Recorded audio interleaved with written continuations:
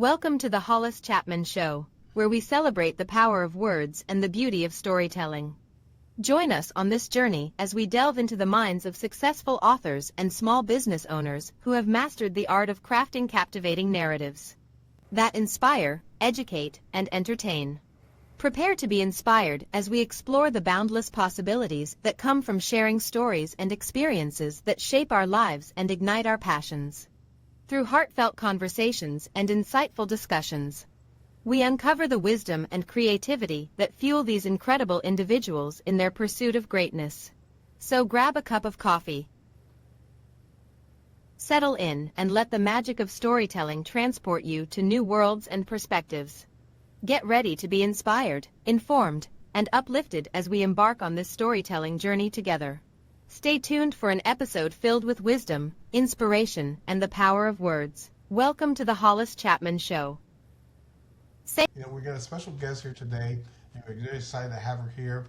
Her background is in education, so we're very proud of that. But she has dedicated her life, her passion to education. Varied backgrounds in literacy development, diversity, standards, assessments, and teaching education. She started her career as a high school English teacher in New York City, and then transitioned to the position of teacher educator. Let's welcome to the show a special guest, Dr. Vicki Caucus. Thank you so much. Thank you very much. Real quick, out here in Arizona, we're having major problems with keeping teachers in the classroom. As of this year, we're 4,000 teachers short.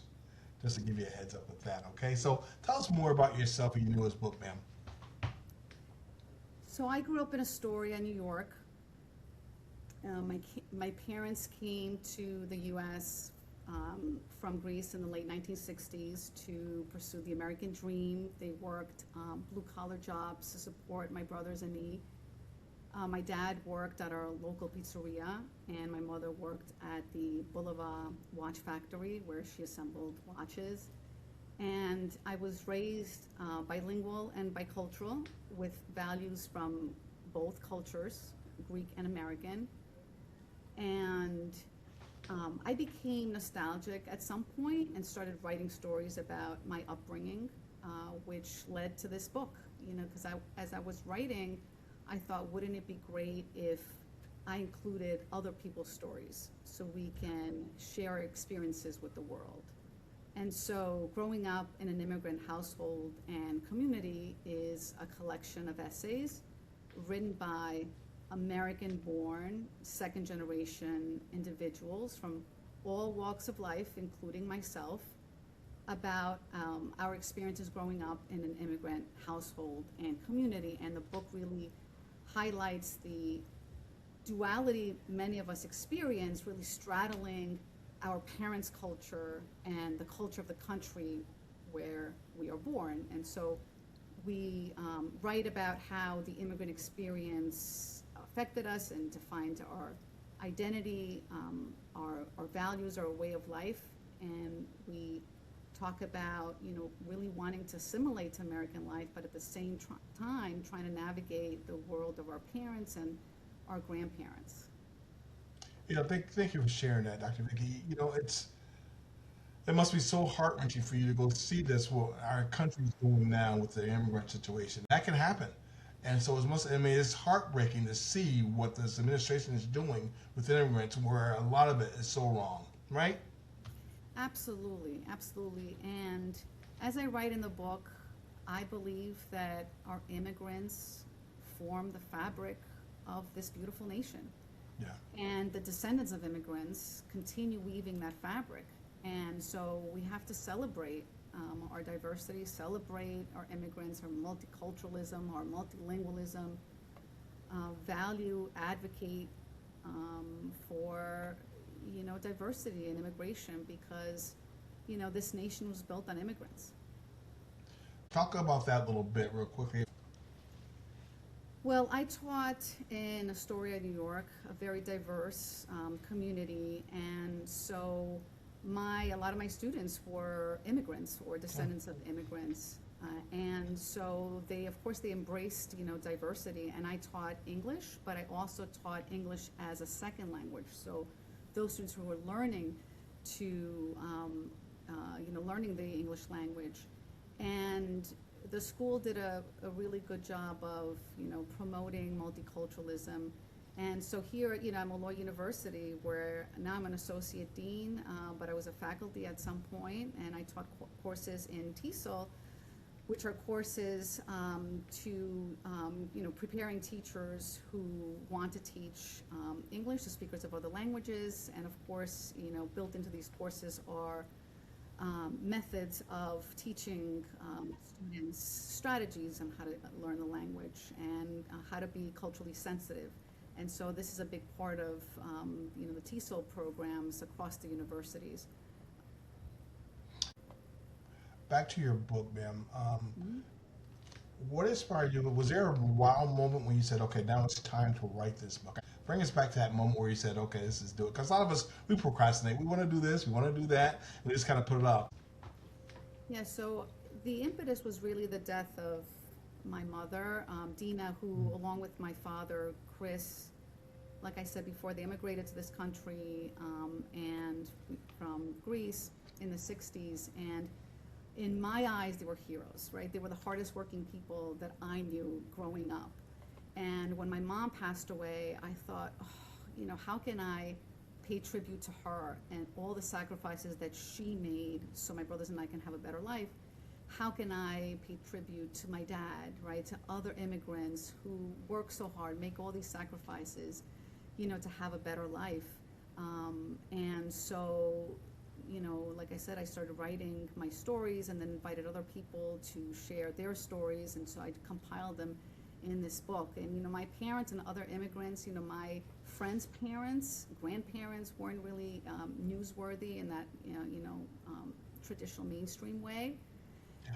They weren't being written up in the local newspaper or magazine, and so I thought so highly of them. I really wanted to shed light on their experiences and the experiences of all immigrants, what they go through, but also children of immigrants, who have their own struggles. And of course, we had great times, but we also faced challenges just like our parents did.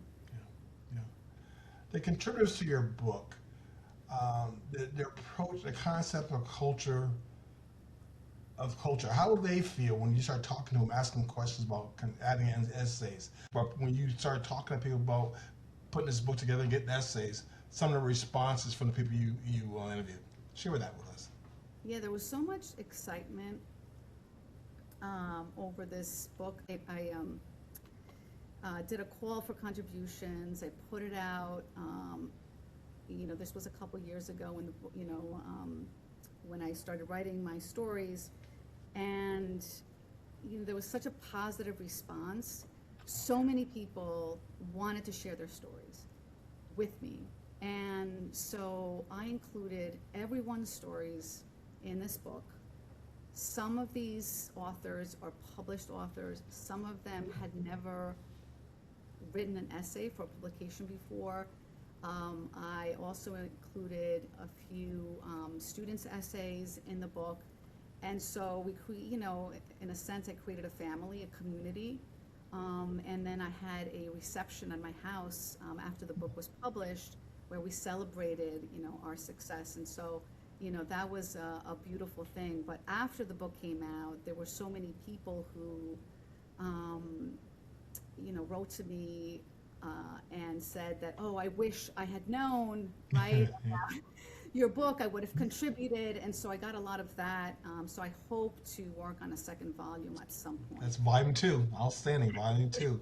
Very good.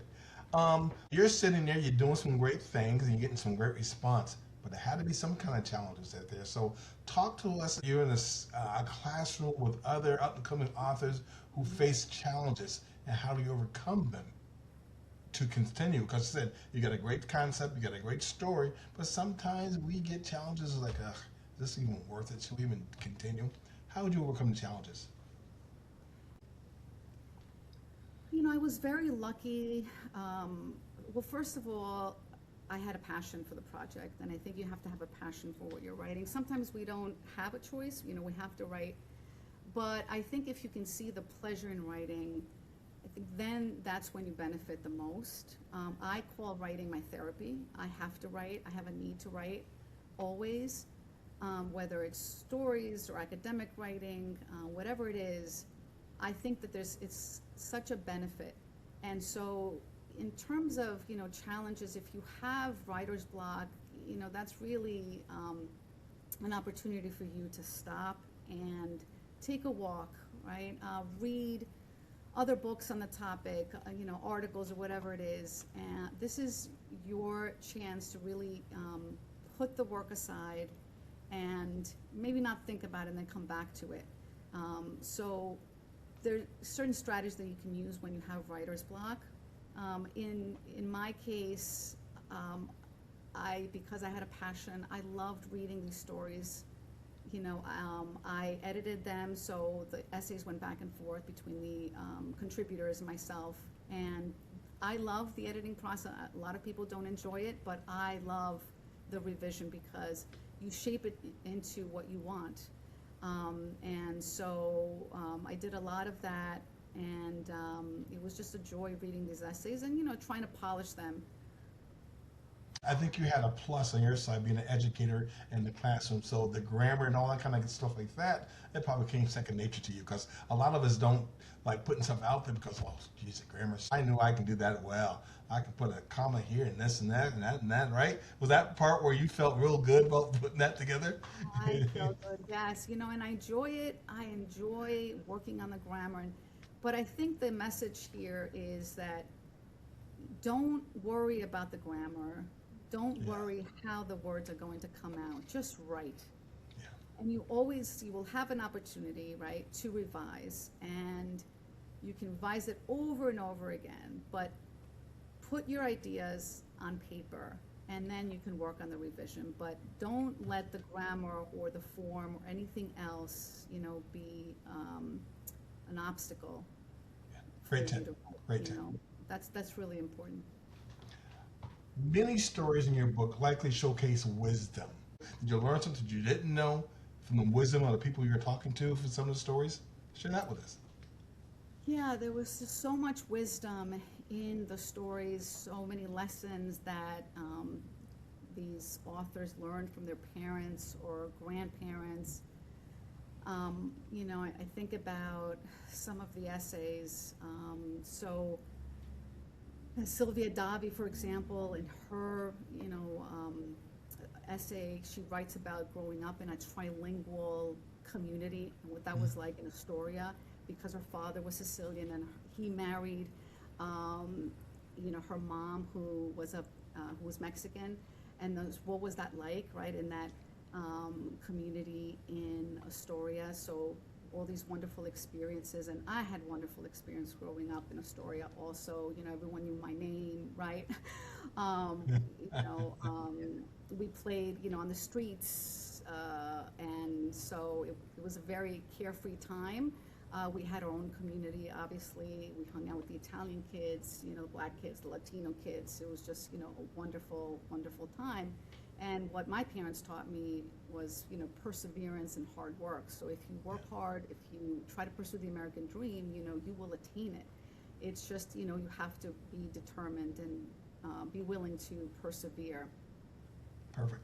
At this time, ma'am, please tell us where do we go after the show to learn more about you and your story and to buy your book. Where do we go?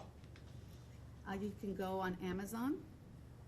And if you Google my name or the title of the book, Growing Up in an Immigrant Household and Community, you will find the book. I have a print copy, and it's also on Kindle. So how did the title, did you come up with it yourself, or there was a collaboration between you and your publisher? I came up with the title, okay. and yes, the publisher liked it, and so we went with it because it really is apt and reflects what the book is all about, which is, growing up in this, immigrant household and community, and how that defines, who we are. It's a workbook format. That's kind of cool. That's different, right? I mean, it's something that, can you write in it, something like that, your book? Or is this this is how the essays fall in place? Yeah, this is how they fell. So I categorized the essays, Gotcha. based on themes, and they're short essays, so you can skip around. You don't have to read all the stories in a linear way. You can skip around. So, and they're short but sweet. Culture tension. Did any contributors address the tension between maintaining culture traditions, different races, different cultures, different things they do? Did you see some of that when you're talking to people, putting everything together, where the cultural tension came out? Yes. So I'll just give you an example from, the first time when I encountered really this sense that I was different. I was born here, so I thought I was the same as all the Yeah. other kids in the classroom. And in kindergarten, my teacher couldn't pronounce my first name and my last name. So my formal name is Vasiliki, which is a very common name in Greece, and my last name, my maiden name, is Menexis. Well, she couldn't pronounce either, and my first name especially, she said, I cannot pronounce this name. What would you like to be called? Would you like to be called Vicky or Bessie? And I said, Vicky. Vicky sounds good to me. And that's how I got my name, really. Wow. So, I thought at the time, oh, well, maybe I'm not the same. Maybe I'm different. And another contributor in the book, Terry, also writes about struggles with his name, a very long last name, but he eventually embraced it, as he grew up, because of a significance to his name. The suffix akis means that you're from a certain region in Greece. And so, but it's kind of interesting, right? And then we have, some more, I guess,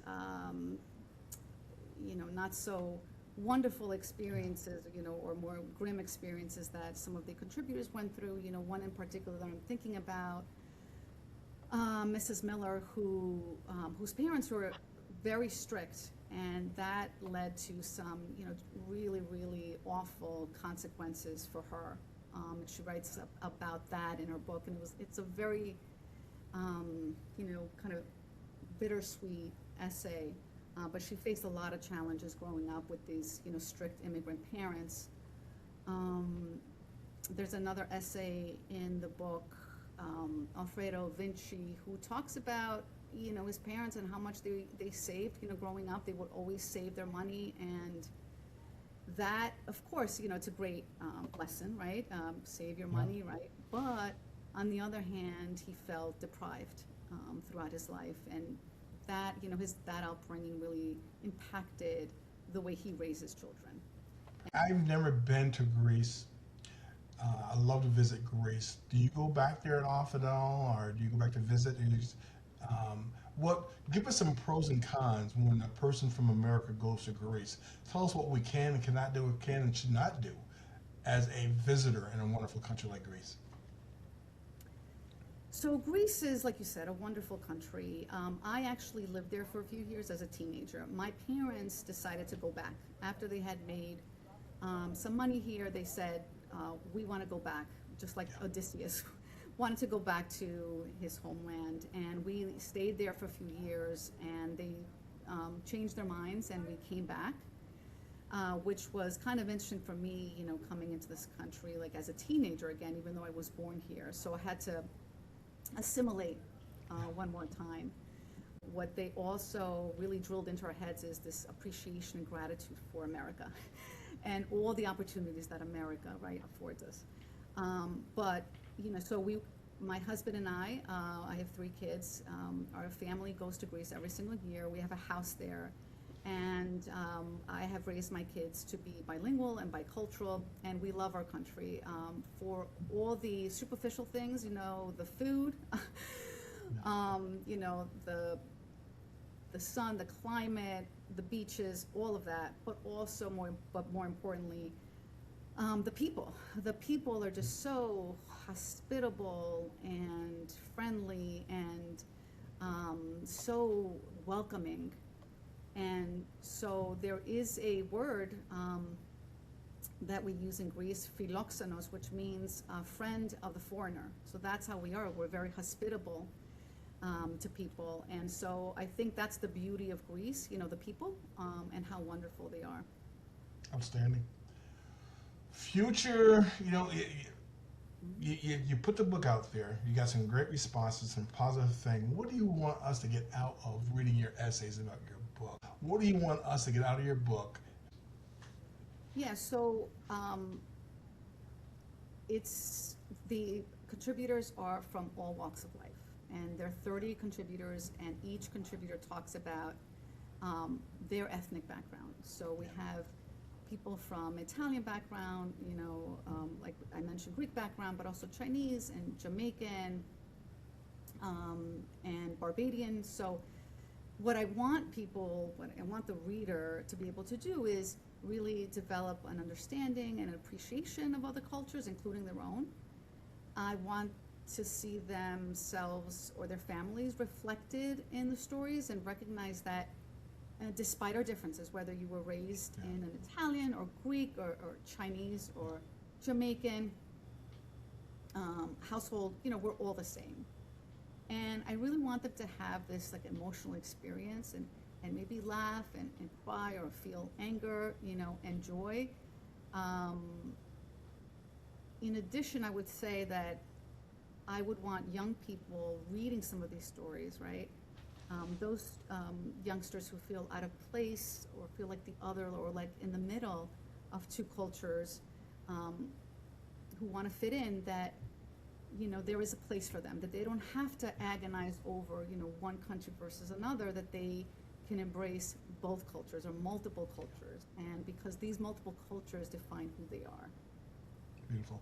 I'm not going to talk politics too much, but it's a point where years and years I was so proud and happy to vote and be part of that, stuff like that, where now with administration, the tension, the diversity, it's just so annoying, so upsetting.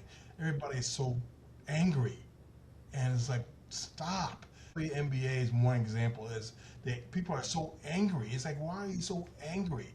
I want to go to a basketball game and just watch the game. And there's other sports, there's other things going on like that. And people calling people idiots and stuff like that. It's like, you're our president. You don't talk like that to other people. Representing you as, you're not representing me. No, I would never sit there and talk to somebody like that, in a position like that. So we got to come together and bring it back like we were, where we can sit and have a conversation and agree and disagree. There's still going to be hated and there'll be hatred there. That's what we're looking for. That's what we want to bring that back, right? Let's bring that back. I absolutely agree. We have to go back to civil discourse, obviously, and really understand that humanity is that common thread that binds us. Yes. And I don't understand why a lot of people don't realize that. Yeah. Why we focus on the differences in a negative way. Yeah. Outstanding. Before we get to the final comment, ma'am, please tell us again, where do we go to learn more about you and about your book? Where do we go? You can go on Amazon and you can insert the title of the book, Growing Up in an Immigrant Household and Community, and it'll pop up and you can buy the physical book or you can buy it on Kindle. Outstanding. Final comment, call to action. What actions can readers take to support immigrant communities based on the things that you share from the book? I think we need to come together. We need to share our values, our belief systems, our stories, and we need to celebrate who we are, validate our own and other cultures. We need to appreciate different cultures, and for those who are kind of struggling to figure out where they belong, you don't have to struggle. You need to just really embrace the cultures that define who you are. Outstanding. Well said. Thank you so much for joining us today. You're awesome. Appreciate you. We're going to follow you and connect with you, link with you, and we're going to promote you. So thank you so much. You have a great rest of your week. Come on back anytime. Stay awesome. Thank you, Hollis. Bye-bye. Thank you so much. Thank you very much. Bye-bye.